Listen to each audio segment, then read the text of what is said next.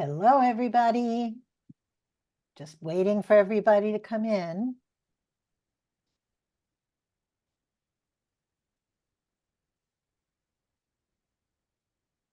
Hi, Mr. Favara. Hey, I was hoping we could all sing Ron happy birthday. Well, yes, hang on one sec because Oh, there he is. hopefully some of you came prepared, and I'm just letting some more people in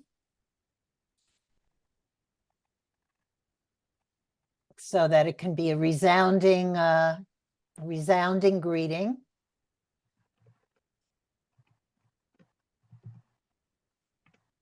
Okay. My goodness, a lot of people here today. That's fantastic. I'm loving Marcus's event. Marcus? There, wow. Wow, pyrotechnics. That is so impressive. Thank you, Marcus. Okay, guys, you can unmute yourselves now if you want. And I have my birthday badge. If anybody has a hat, you can put it on. Thank you, Mr. Favara. Hey, Ron. Oh, that's Okay. Happy birthday, Maestro, on May 4th. We all My love birthday- you. My birthday hat. Thank you, ladies and There gentlemen. we go. birthday. Happy birthday. Happy birthday. Yes. Happy birthday, dear Maestro. There you go. Happy birthday to you. Happy birthday, dear Maestro. Happy birthday. Happy birthday, Professor Carter. Sure. All right.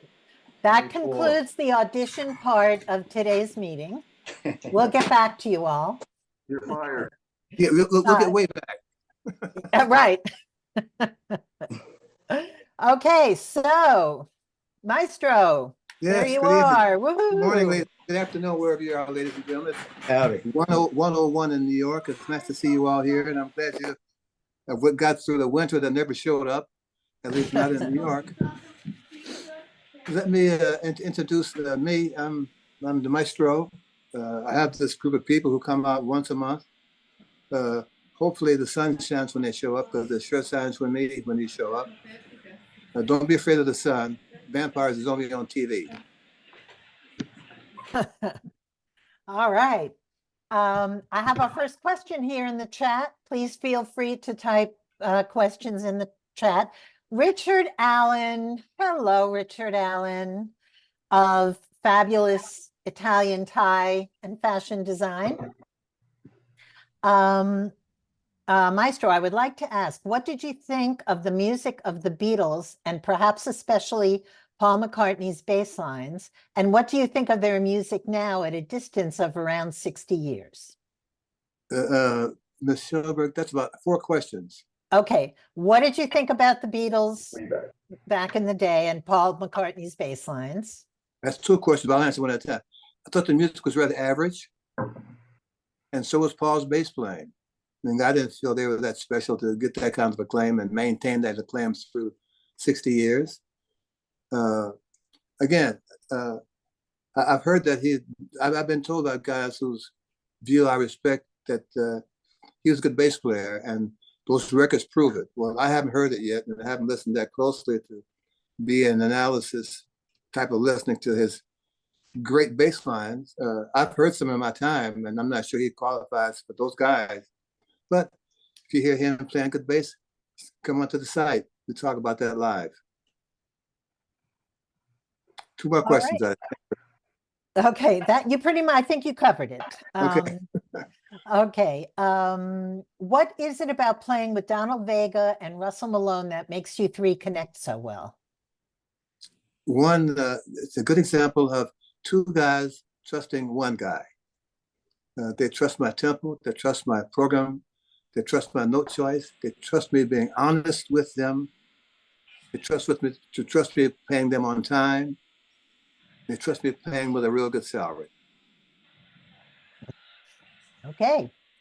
Do you have any gigs coming up with you performing on the piccolo bass? I've always limited that performances, those gigs, to only the nonette, which was 4 cellos and 4 rhythm.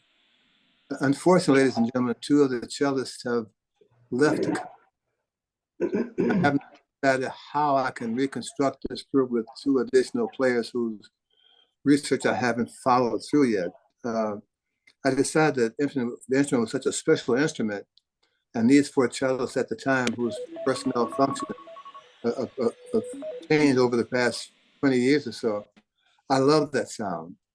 And I've been asked before, when will I bring the nonette back to the scene, so to speak? I haven't decided how to reform it, and I have not stopped to. My heart is so burdened with the loss of the 2 women who passed away. I have not been able to shed that remorse and look for 2 other players. When I get past that point, I'll get out there and find 2 other players. I'm sure they're available. I just haven't gotten the emotional release and relief to do that. Thank you for your question. Thank you, Maestro. Love the glasses. From Marshall Zucker, he asks, you played on Paul Desmond's and Stan Getz's most far out records, Skylark and Sweet Rain. Were they comfortable with that music? Were Paul and Stan Getz? Yes. I have no reason to think that they weren't.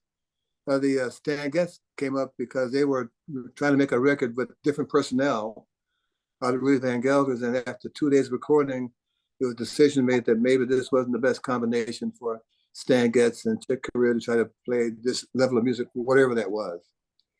So they called Grady Tate and I to come out there 2 days later, and the results is a one-take record on most of those songs in that record. I really love the record of Stan Getz. But Paul Desmond's been always one of my favorite alto players. And our record with Chet Baker and Bob James, I think it is, on Autumn Leaves. What a great, and Jim Hall, one of my favorite sounding records. The band was hot. Paul played his great notes. And I did work a few gigs with him when the half note moved from downtown to a Dixieland house on 52nd Street and 7th Avenue. Nice from me, Al Harewood, Barry Harris, Jim Hall, and I think Paul Desmond. A great band, had fun. I miss all those guys. Yeah, amen. Okay. Do you have any stories about your session with Jackie Bayard and Here's Jackie album? Jackie was crazy. Yeah, love his playing. He was still crazy. And he would play the history of the piano for you the moment he got near piano. One of the things I loved about him was his sense of pianistic humor. Yes. He would play, he'd be playing a solo, and all of a sudden he'd go into some stride. Hey, Ron, like his boss. Hey, Ron. Nice. Hey, Ron. Oscar. Jack. He did like, yeah. And he played decent alto. Not very good, but decent. Okay. What is the most notable or oldest bass you own? Right now, I'm only playing on a Juzek made in 1911. I was told it was made in Czechoslovakia and assembled in Germany due to reasons beyond my control. I did have a bass, French bass, one of the earlier piccolo basses made in 1875 that I played for a while, and I never got the sound that I thought the bass could give me. So I ultimately sold it to one of my female students who liked a small instrument, who needed a small instrument. I have one now, one of my newest instruments. Let me go back. I've always looked for a second instrument. I think bass players need that, given the travel, given people not seeing it and running into it, the elevator door closing on it and not opening on it, people running into it, my accident trying to bang into the car. Those things happen, you know, and I've always felt that one day I'm going to look at my bass case and there's now 2 pieces in there. Or I'll get to work and I found out that I left something at home and I can't find it because the studio where I left it is closed. Anyway, so I've had several second basses, a Pullman, a nice Pullman I bought in Berlin, a nice Italian bass, but they didn't have the quality of my current Juzek that I've had for 60 years. I think I found one, which is a Chinese hybrid that I bought from David Gage's shop 3 years ago. And then pandemic came in and we stopped playing. So now that we're able to make gigs, I can practice with a real focus in mind. I'm starting to feel that this is a great second base. Having said that, I'll be playing in New York at Dizzy's Club at Birdland, June 11 to June 15 with Emmett Cohen Trio. If you got a moment and you happen to be in the New York area, stop by one night and see my great second base. Okay, think of how to phrase this question from Esri Karlbach. Basically, what criteria do you use when you're invited to play on someone's album or do any project before you say yes? That there probably were times where maybe a big name, you don't have to mention any, but invited you to do something and you declined. What are your criteria for that? Other than agreeing on the fee, which is always the first hello greeting that they always have to get, I always ask them, do they have any music? Am I overdubbing someone else? Do you have any tracks I can hear before I get to the studio? And how long do you expect the session to take? If I get yeses to most of those, we're on. Okay. Daryl Taylor asks, was Firebird recorded in one take? Probably not, given the complexity of the arrangements and Don Chubesky's sketches, if I'm thinking about the same one he's doing with Hubert Laws. It's a great record. Given Don's routine was to bring these rhythm sketches that he would work around as the tune developed in the studio live. Ultimately, he would take our studio tracks and use those for his writing for backgrounds for the records he would do for the George Benson series, for Wes Montgomery series, Hubert Laws. And we were all okay with that because we trusted their sense of telling us how great our tracks were to help them do a nice project. All right. So my guess is a couple of takes just because of the complexity of the arrangements and the direction of the songs. Beautiful recording, Mr. Carter. Thank you, sir. You're welcome. Emmanuel Gatewood asks, how do you memorize transcriptions? I haven't done that in a really long time. My earlier transcriptions were Bach chorales. First of all, they were all half notes, in the case of a quarter note. They were all the same tempo. They were in the reasonable keys. I haven't transcribed a serious, what you would call the baseline transcription or solo in many, many years. So I have no skill level. I can't recommend you to do any way to do it better than I can do it. But I could tell you at some point when we have time with my Mr. Shelberg, I'll write the method that my transcriber uses for my books. And we'll share that with you and hope that helps you do a better job of transcription than you're doing right now. Noted. Okay. Ta-da! All right. Mark my calendar. George Robbins said, could you please give your opinion on the best way for a bass player to develop their language? Do you agree with lick learning, or should you transcribe other solos?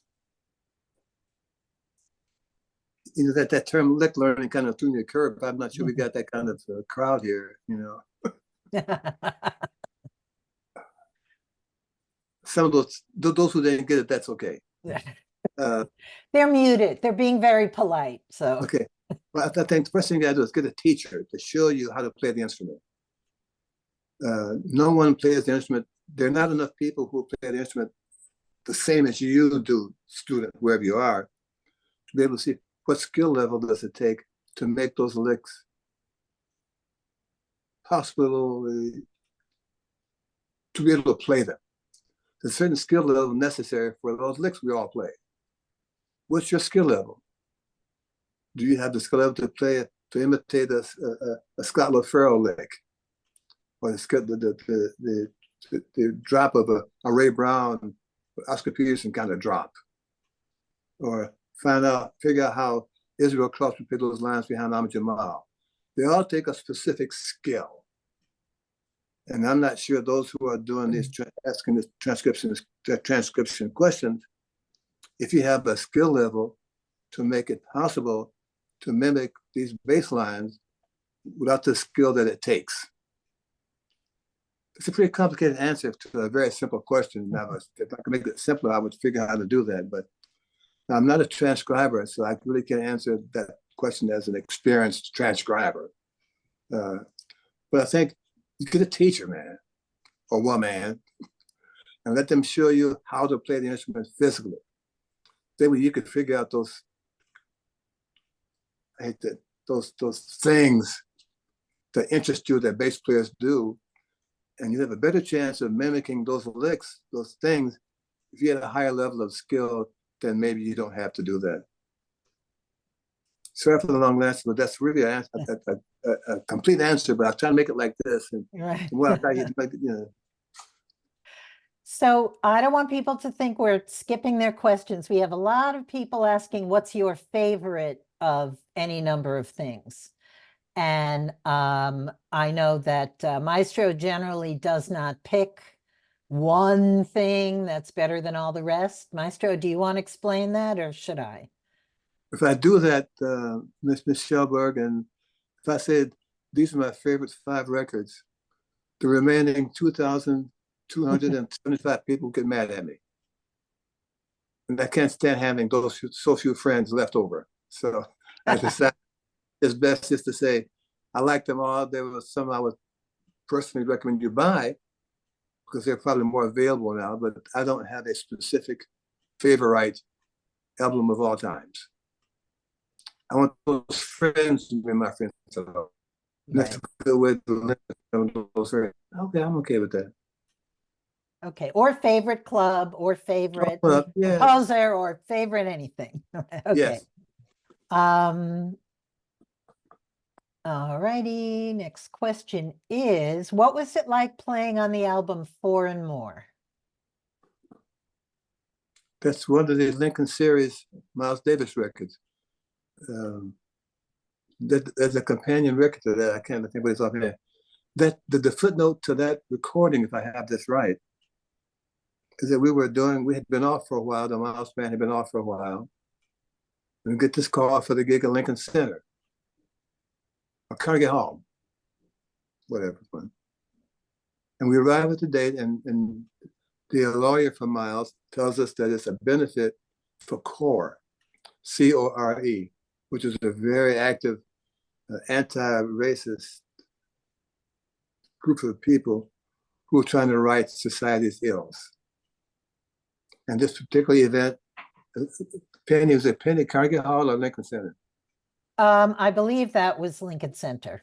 Okay, that they were going to have this fundraiser for funds. And Miles Davis was the act they were going to use to open this fundraiser up, the Miles Davis Quintet.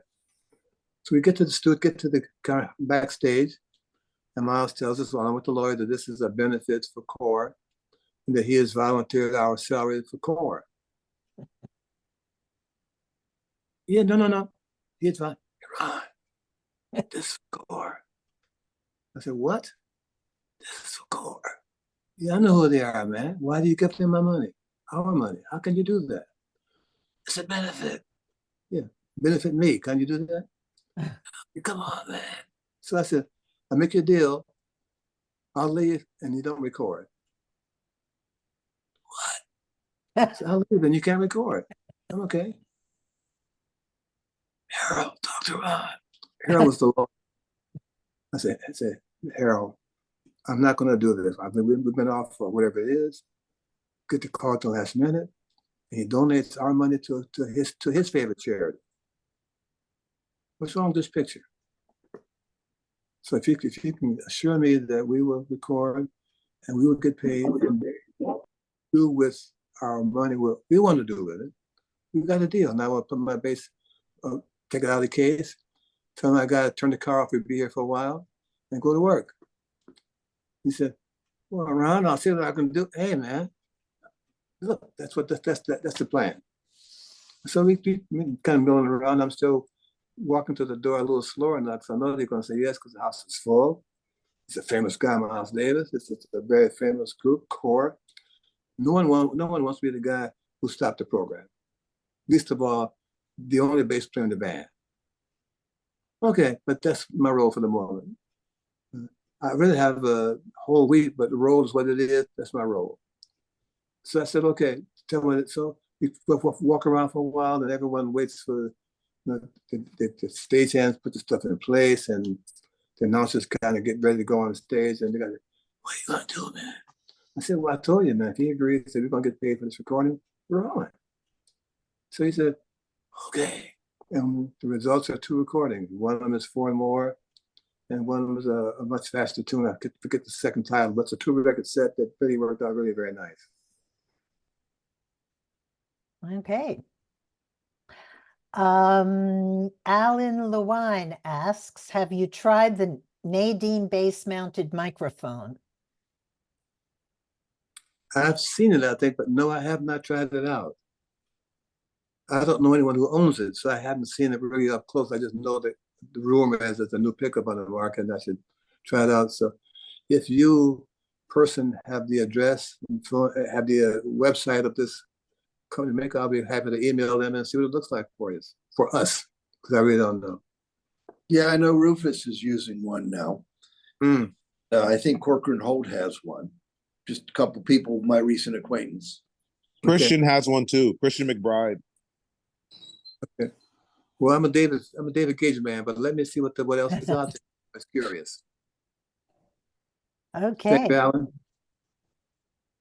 Mr. Tessone from Argentina says, what are your thoughts about his beginning a career in music at 52 years old? Any advice?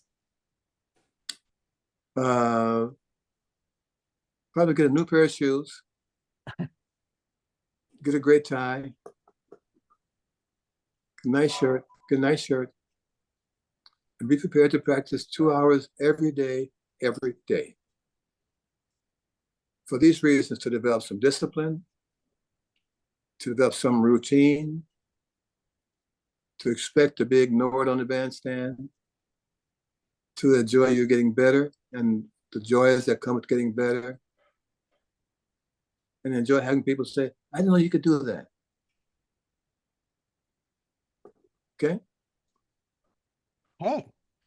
From Dan McCloskey, what was special about recording at Rudy Van Gelder's studio? Rudy was the first engineer who I had met early in my career who was interested in how to get a good bass sound. Most of the guys at the time weren't really concerned with that because the bass was not musically as important as everybody else was, given that tenor of the time for the music's advancement. And Rudy was the first engineer I ran into who was really ready and able to develop some outside time to find out how can I best record the bass. I was happened to be the guy he saw most often during those days, and I was just curious to, can we get it right today, like last week?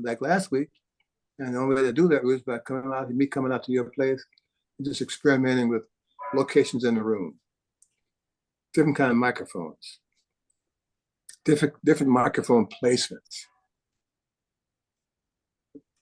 I even bought a different bass a couple of times. And I bought a lot of patience and admiration for the guy who really understood what's the best way to record this bass.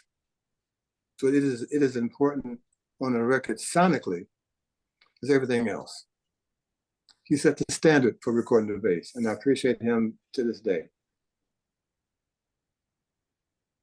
Greg Sneed asks, what was your approach to playing any different when you performed in sessions with non-jazz artists? It was the same. I played the best I could all the time. I would ask maybe different kinds of questions depending on what I thought their musical language skill was. I mean, if the guy keeps saying, can you play a little more orange here and not so much blue? I kind of look at that guy sideways and say, well, purple is my favorite color. Will that work for you?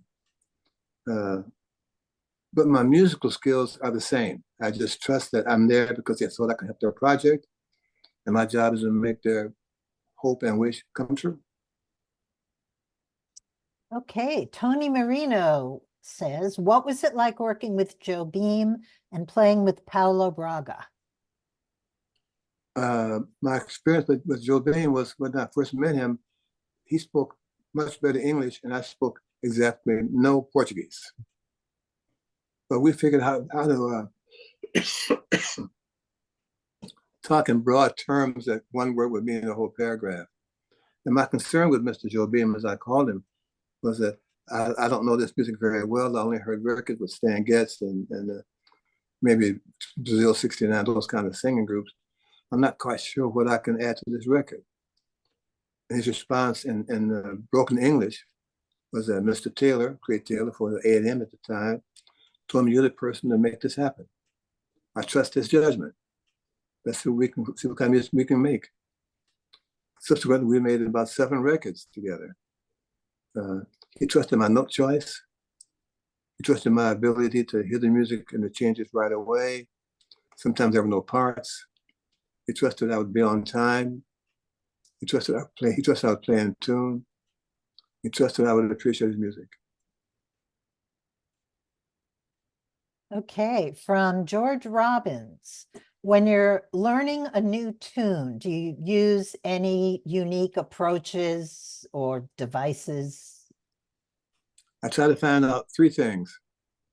What's the form of the song? The AABA, AABC, what's the form? Secondly, what are the changes that you use to make the song go back to the beginning or come to the bridge? And 3, how hard is it to play in tune given what new key this is? B major, E major, those kind of unusual tunes, generally speaking. I'm concerned with those 3 items in the song. Mr. Favara, do you have your hand up from before, or do you have a question? I had a question, Ron. Can you tell me about some of the highlights you had with Pat Metheny in Japan this year? I would be very interested in hearing some of your highlight thoughts. Let's see.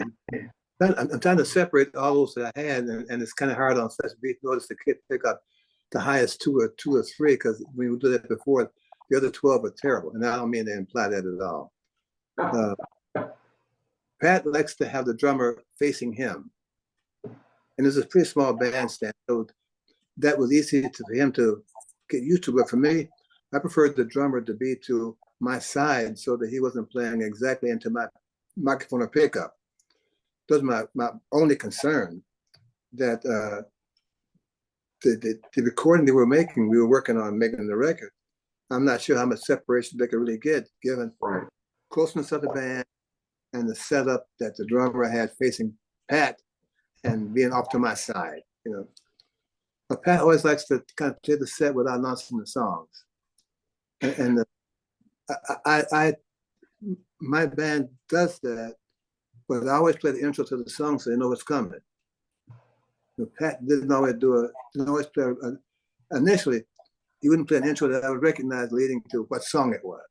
No. So I figure I got 2 days to mess this up. The next day I got a day of it. So here we go, gang. It worked out very well. Thank you, Maestro. You're welcome. Happy birthday. I hope we didn't hurt your ears too bad with that song. You notice I did not sing. That's my gift to you.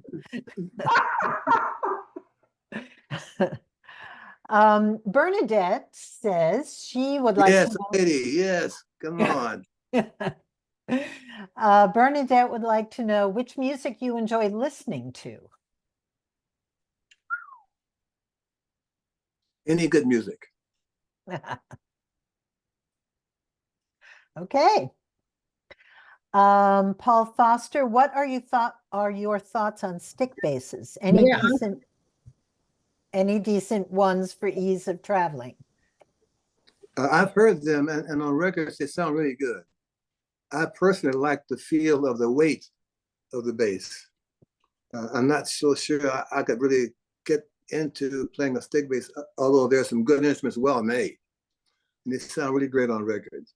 But I think I would miss the feel of the weight and the size, the mass of the bass before I could get really comfortable with saying I can play this instrument. I would get through it because I'm a flexible player, but I just missed that bulk. You know, I miss people getting out of my way. You know, I missed the elevator door getting closed on it. Real basic stuff that only a big bass can give me. I met Tony Levin the other day, who's a wonderful stick player, and we talked about this journey before going somewhere else, and he's going to send me some information on what he uses. I'm curious as to one, what they are, two, how they're made, two, why they sound the way they do, and just how they feel physically to play all night like that. I can't imagine that kind of lack of mass, lack of weight, lack of this on me, you know? So I may just try that out, and hopefully Tony will have some time off his busy schedule to come by and show me how that works. Okay. Oh, Michael Morin is giving you an honorary title on your birthday. He says, Okay. Secretary of Jazz. I just read an article called Brain Scans of Jazz Musicians. Apparently, they're just coming around to appreciate the intellectual forces in jazz. There are companies that teach collaboration based on jazz improvisation. I'd like to nominate you as, there's your official hat, as the Secretary of Jazz to disseminate and organize the teaching of jazz in the nation's schools with all its implications. Well, we really have talked about ways to get Maestro's curriculum and teaching into schools, and we're continuing to work on that. So Yes. thank you for that. And thank you very much. This is my new Secretary of Jazz. Jazz, right. Do you travel with your own bass? And if so, do you have a removable neck to make it more practical?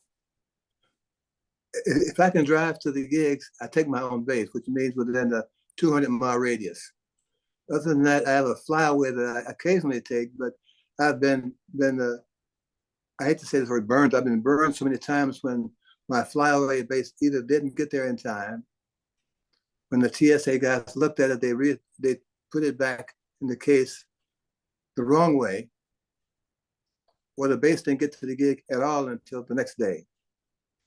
So my chances of being successful with a bass that in my hands, depending on other things other than me bringing my instrument. Having said that, I haven't traveled with my bass outside New York in about 12 years or so. When I go to California, I have a nice bass waiting for me out there. But Lemure is a nice travel bass that they have out there that I use. I've been fortunate enough to go to Europe, and the promoter has a bass I picked for him 10 years ago, Mr. Kleinschmidt, and we go by train or by car from gig to gig with my bass, that bass. Right now, that's a real opportunity for me to do that. And my two basses here, they are not portable. The neck does not come off without some serious work. No, I don't do that, man. Thank you. How does it feel to be immortalized in hip hop history, playing in A Tribe Called Quest versus From the Abstract?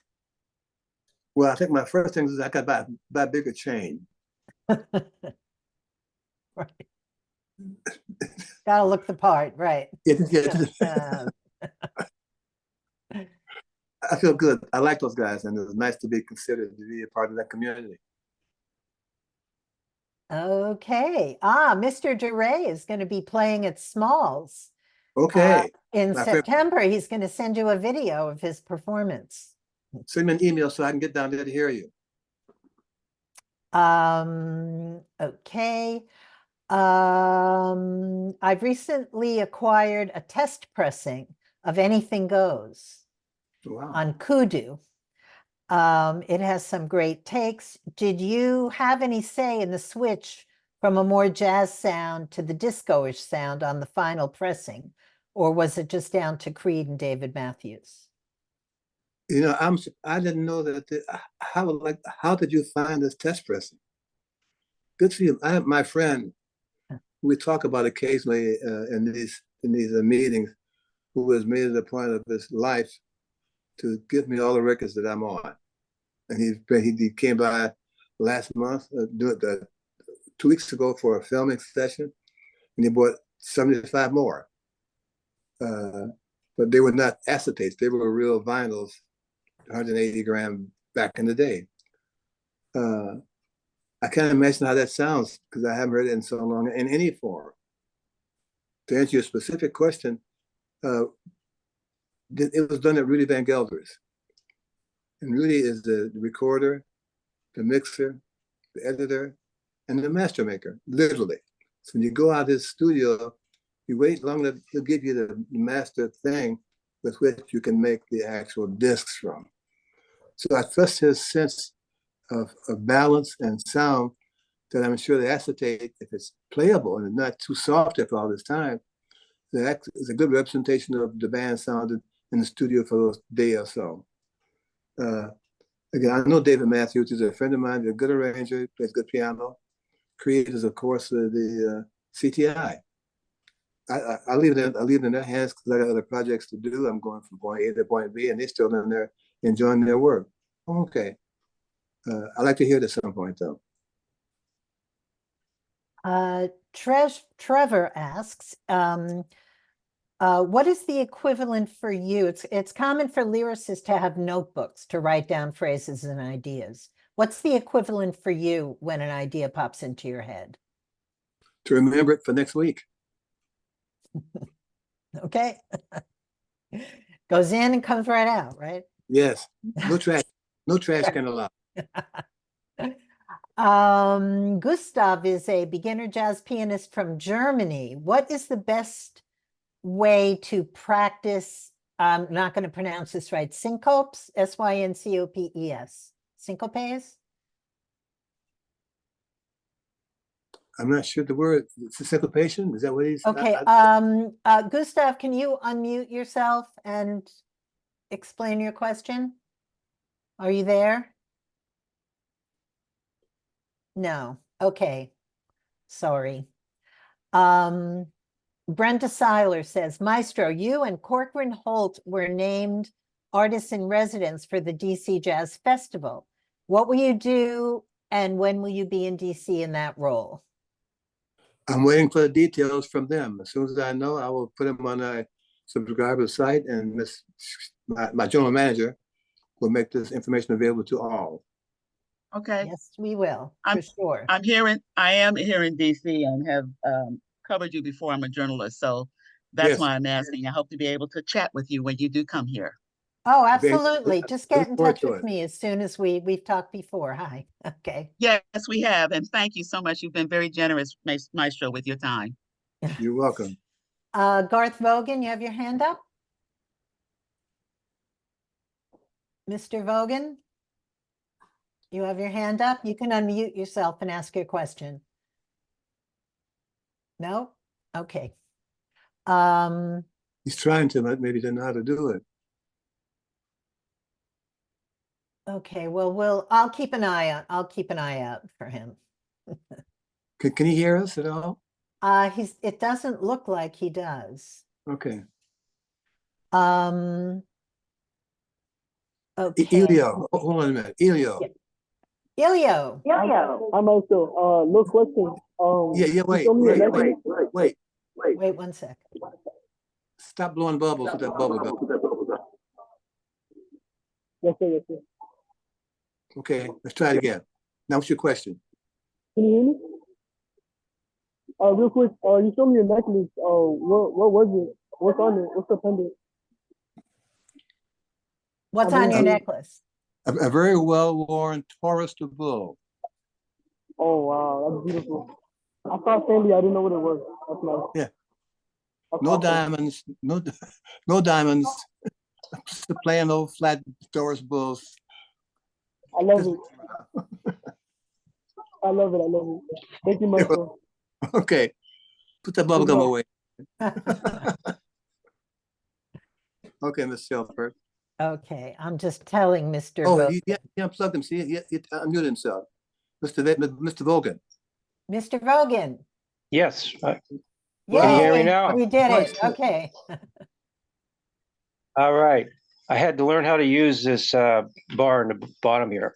My question is, how much and how important was ear training to you in your early days in studies, especially with jazz improvisation, because of a lot of it is just playing off each other. So how important is it to hear it and know where it's going and what the notes are and changes, whatever?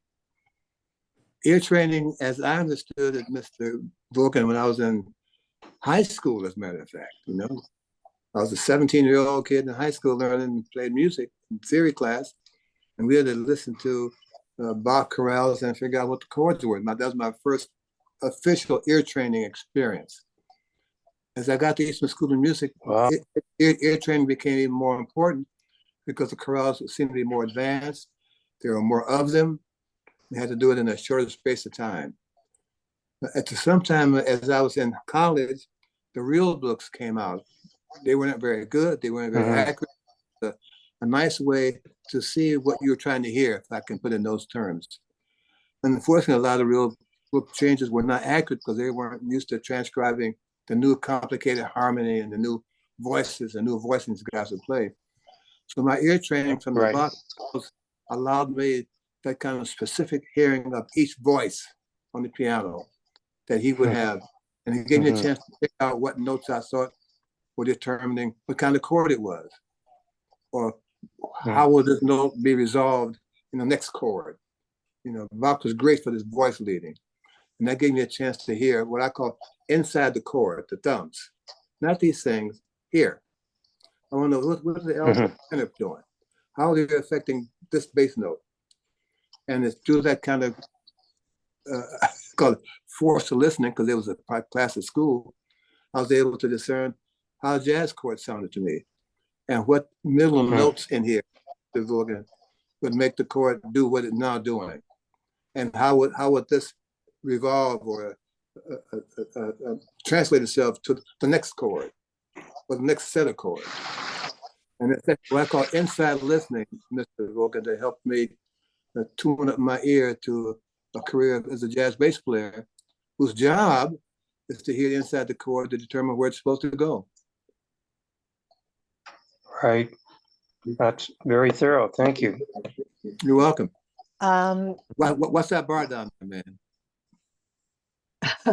Right.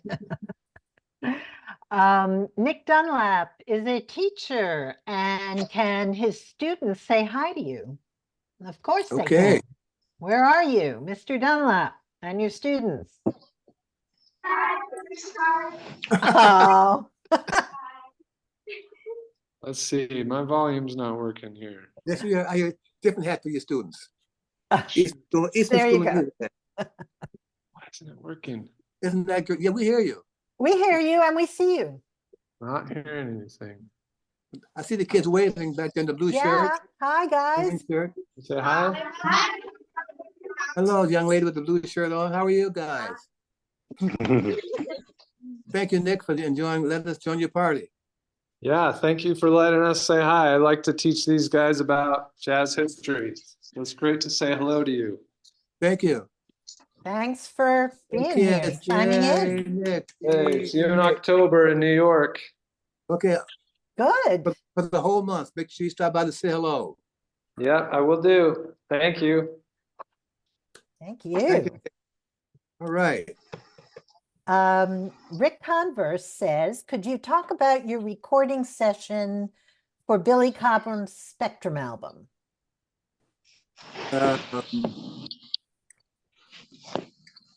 Billy Cobham was one of the few drummers who would play a full drum shop setup on the gig, and was able to break that stuff down so you had the bare minimum in the studio and still play a full Billy Cobham.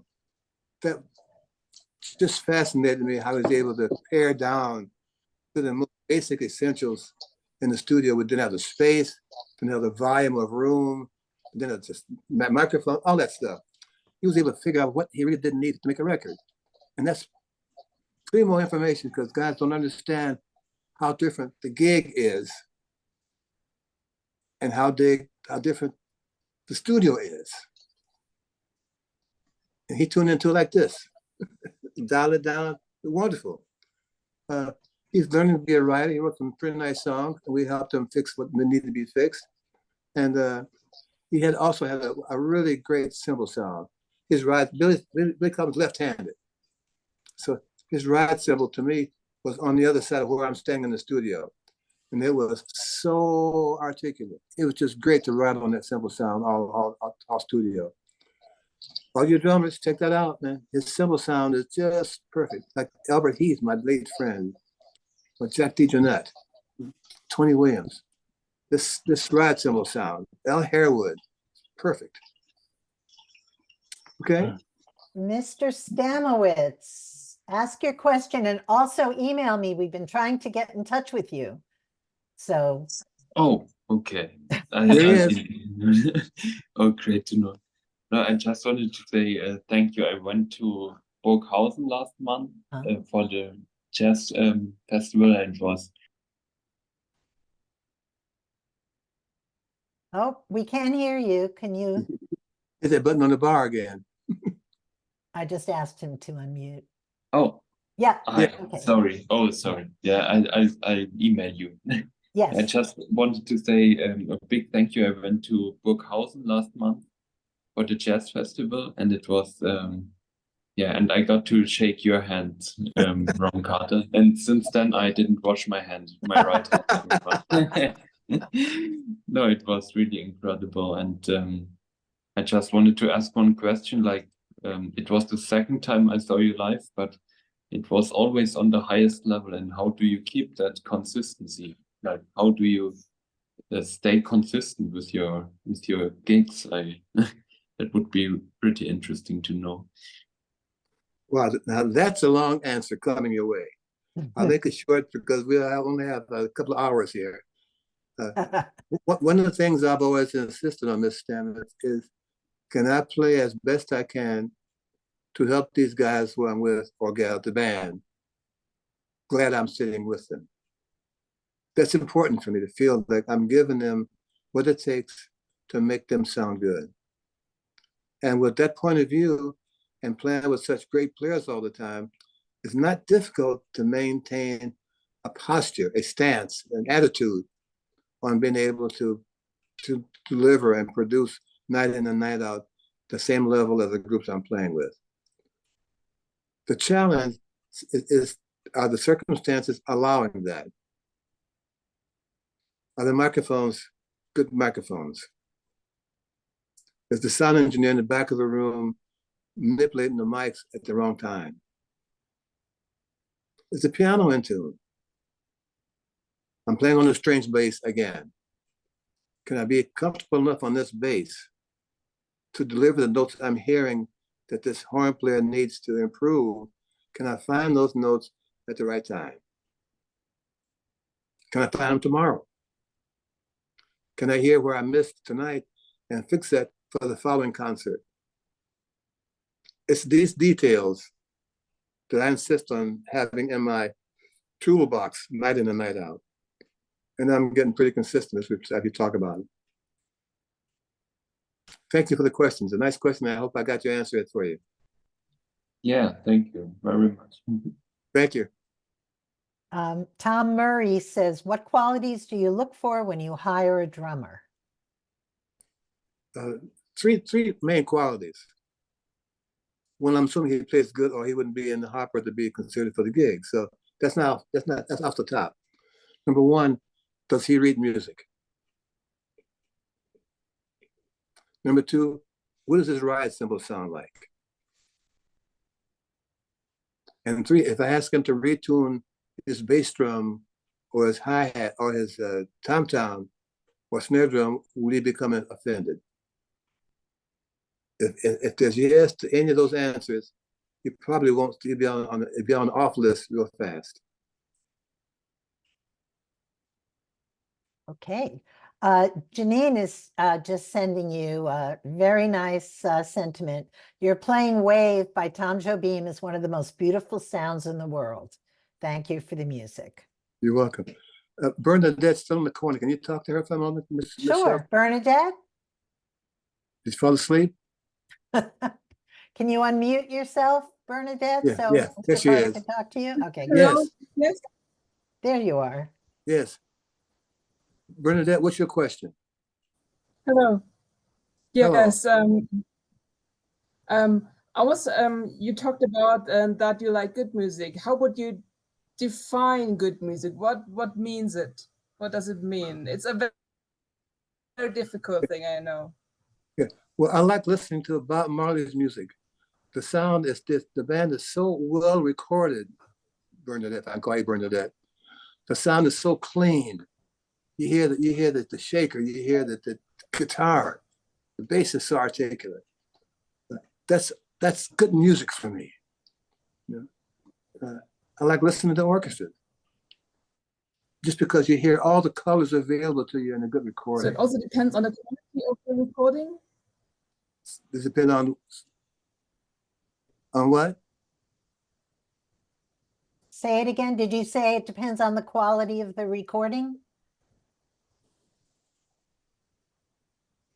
I think she has a So lag. it's like in an her. element that the quality of recording is good enough to hear all those instruments.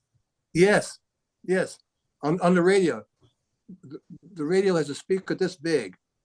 How much can you really hear as opposed to a speaker that's this big? But you can tell. I can tell. I make those kind of decisions based on those events. I like to go to a junior high school and hear a band play Watermelon Man. But they're not going to play it good. But it's good music for them to learn how to play. It's good to see them playing something other than iPhone. You're playing this. Yeah, I That hear makes you. better music for me. The styles don't really matter for me as far as good is concerned. It may not be my preference to hear that forever, but you can't deny good music when you hear it. Okay? Absolutely. Thank you so much, and thank you for your music. Thank you. You're welcome. Andrew says, can you share guidance for managing your nerves when playing in a jam session when you're early in your jazz journey? You have to decide. Thank you. What's his name again? Andrew. Andrew. What do you play bass? Andrew, are you there? Yes, hello. I play saxophone. Do you play bass, Andrew? Saxophone, unfortunately.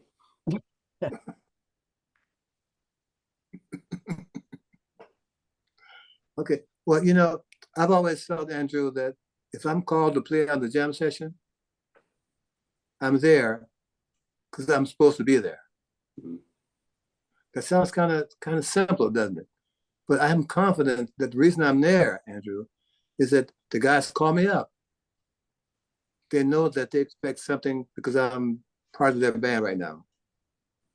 And if I feel that since I feel that I've been invited to their party, to their house, the bandstand, they must be doing something good. They want to know what that is. And seeing me in that light, how can I be nervous? I'm doing what I do, man. I only hope that it's successful so they will not say, okay, next bass player plays, taxi. No, I don't want to do that. No, I felt that when I've had these, and I've been in that position before, I felt that because they asked me to come up, they felt that I could handle it.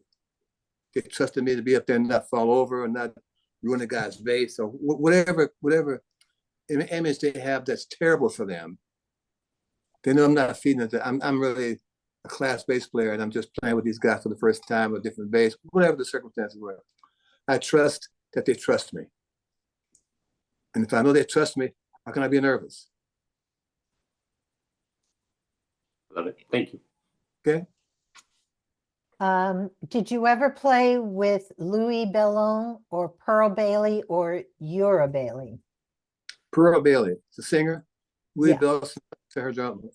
I played with Louis Bellson at the Newport about 20 years ago with James Moody, Walter Davis Jr., and Dizzy Gillespie. And Louis Bellson ultimately put together a nonette to work in gigs in New York for a while, and he asked me to join the band, which I did for about 4 or 5 gigs. A good drummer, had great sound. I like this swing era sound of the drums. Very good time. She was a wonderful singer. I never met her, but I knew her. She was a top line entertainer, singer, personality. Pearl Bailey. And Louis Bellson was his name, the drummer. Next couple. How do you approach learning tunes in all 12 keys? I'm not an all 12 key need to learn tune person. That's quite a long. Put that on a t-shirt, Nick. That'll be our next t-shirt. Yeah. Go to the site and see my comment. No, I think that presupposes. What's your name again? I'm sorry. That is from George Robbins. George, I'm sorry that presupposes that you plural have the skill level to be able to play all the tunes and all the keys.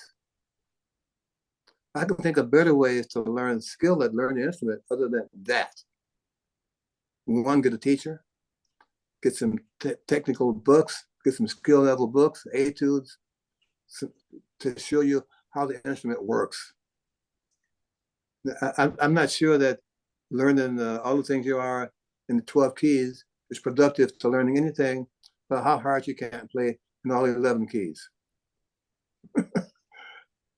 I think that concept of auditions for getting into schools where you have to ask you to play any one of these 12 songs from their list in all 12 keys is a joke.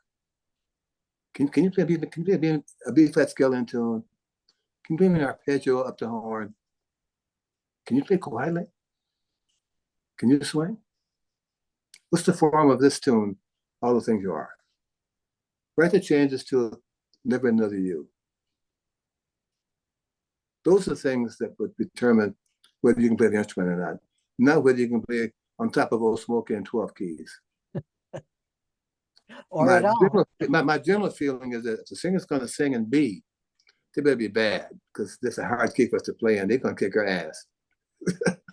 She'll think that different. Tomorrow she'll sit down doing the key of C. I'm okay. No, I'm not a proponent of the more keys you can play a song in, the better you are. No, I'm not believing that at all. Mr. Loxley. Hello, Mr. Carter. Not Yes. a question today, but just a very quick thank you. A year ago, I think I joined one of my first Zooms, and I had told you about my daughter. We sat down and listened to some of your music, kind of, got to share that experience together. And you were kind enough, after she had sent you a picture, to write her a note back. And I just kind of wanted to share that picture again that with was you. her. And we love that. She's got this little note on the back that you sent her back. She keeps this in her room. We're just getting ready to move, but this has to get moved separately. Just a million thank yous. It means the world to her, means the world to me. Happy birthday. Her birthday's in May as well. Piper's birthday's in May. So all right. Thank you, sir. Thank you. Lots of love to you, and careful on your move, and don't lose that picture. Oh, we will not, sir. No, we will not. Thank you, Mr. Loxley. Okay, we have time for 2 more questions. But first, Marcus 251 has really outdone the birthday celebration with candles and balloons, and one balloon even says 87. So we just want to take a moment and acknowledge the all your birthday greetings, but Marcus 251 for making it a huge party. Thank you. Al Williams wants to know, how many LPs do you have in your collection, and what's the largest genres of music in your collection? My personal collection is about 2,000 LPs and CDs. The Eastman School of Music has what they call the Ron Carter Audio Archives, which has a lot of my discs there. Of course, I'm a jazz player, so most of my records here are jazz records. But I've made records with people who are not jazz people, and the jazz people in the jazz community, Tribe Called Quest, Paul Simon, and non-jazz people. Roberta Flack, a jazz singer, but she's really a great singer, for example. Lena Horne. A lot of those records are not jazz affiliated musics and personalities, but they fit in the way of good music. So I probably have maybe 1,500 discs here or so. And my friend in Baltimore, bless his heart, keeps bringing me more. So all I do is keep counting them and keep storing them away. All righty. Okay, here's the last two. Were you aware of how much you were influencing other bassists while playing with Miles? No. I was so concerned with, I was so concerned, can I make these guys play the right place in the tune? Or can I continue to play So What this fast?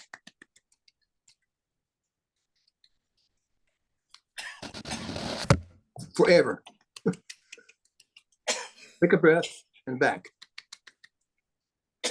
I was not aware of me influencing other bass players at those times, no. Okay. And last question, whoops, I'm sorry, is Thanks, Daryl. Is there a new artist you would like to play with?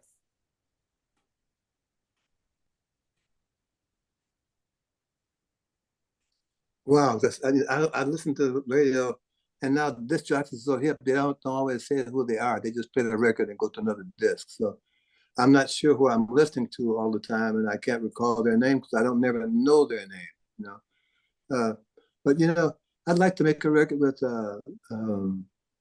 There's a program on this Channel 2 in New York called Equalizer. Queen Latifah, you know her name? She made she made a record singing, a jazz record singing. I haven't heard it, but I heard it's a nice record. I'd like to make a record with her. She's a very good lady. She's very personable out here. She's very nice. She has some creds. Is there credibility? Is that still okay? That's that word? Is that still in? Creds? Yeah. She got some tools, got some chops. I want to say she can sing with a good bass player. No offense to her other bass players. I want to see how that works. God, hold on 1 minute. Penny, hold it. Okay, nobody go anywhere. Yeah, hey, look, I got line.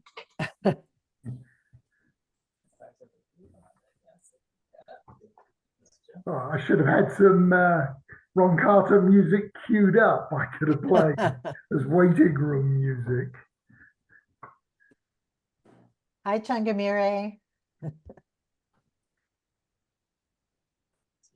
So the money is to pay the guy that you didn't. I'm not sure where he went, but Okay, that's what I'm saying. I do know he'll be back.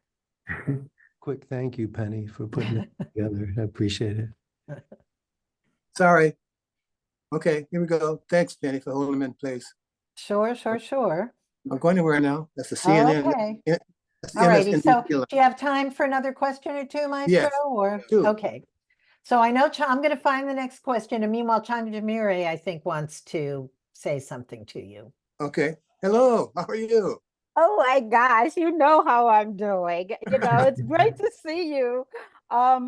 And I know that that was supposed to be the last question, and it was the question right before I'm sorry, I had to raise my hand. And then you talked when you were asked about what singer, you said what person you'd like to play with. You said a vocalist, so I had to raise my hand. So my question, when I saw the documentary, I was in awe. It's in the chat of the art on your walls. And I want to know how long you've been collecting art and what type of art do you like the most? Okay, unfortunately, I can't pick up my computer screen and show you what she's talking about, but all the art in my home is I've been here for a while, and my late wife was an art dealer and art collector. All the art in my home and the big pieces and sculptures are done by African-American male and female. That was her insistence. We need to have some African-American paintings and sculptures in our house. So she went out as I went out with her and went to their places. We met various painters and sculptors, and we decided which ones we liked. Let me hold on for a minute. Yay! Woohoo! All right.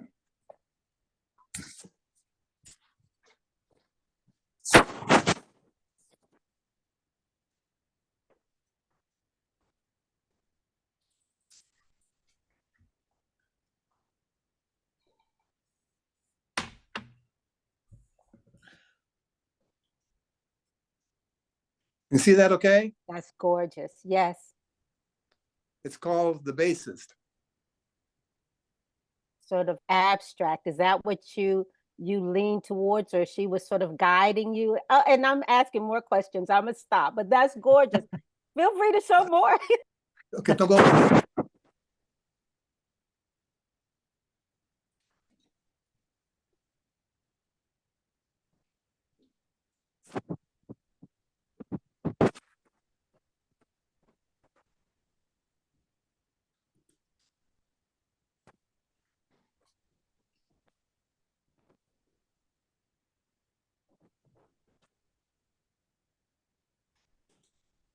Maestro, move your hand.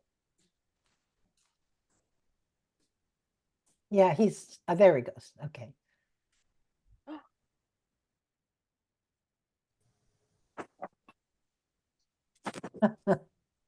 It's called Seven Black Cowboys. Oh my God. It's gorgeous. It's huge. Yeah.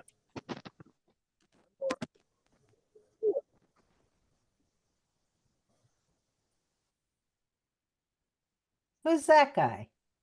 I don't know, but it's got a nice face. That's awesome. Thank you, Maestro. You want to show something of Miles's?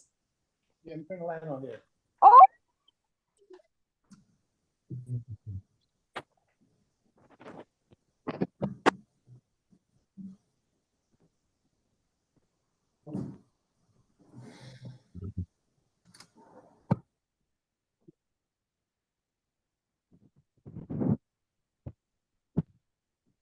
My God.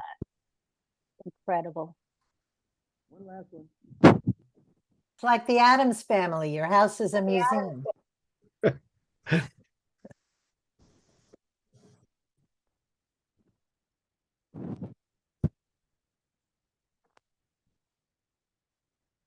My God, that's stunning. I think that was in the documentary, a quick glimpse of it. That's stunning. Oof.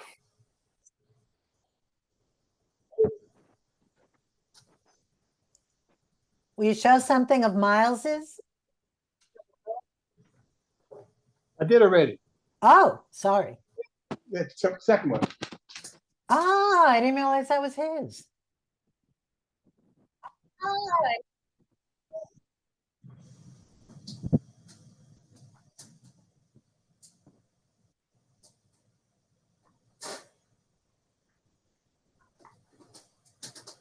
This meeting is being recorded. Okay, I'm back to my office. Hold on. Okay.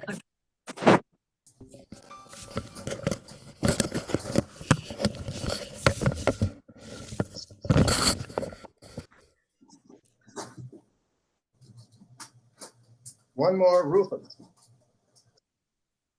Wow. Wow. It almost looks like Augusta Savage or somebody. Okay, here I go. In the office.